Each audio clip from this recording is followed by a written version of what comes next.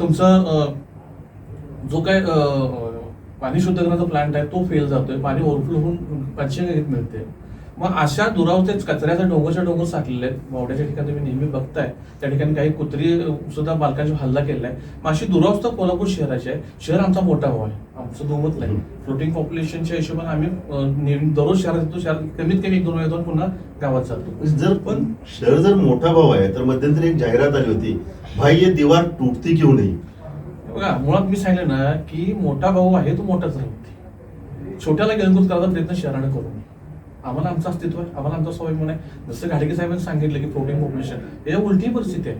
बुधवार पेठ, मी वडंग्यापुरतं बोलायचं जातं, बुधवार पेठ, शुक्रवार पेठ, उत्तरेश्वर, 300 पेक्षा जास्त कुटुंब वडंग्यातून राहतात. घरं बांधून आम्ही त्याला विरोध केला? अजिबात नाही.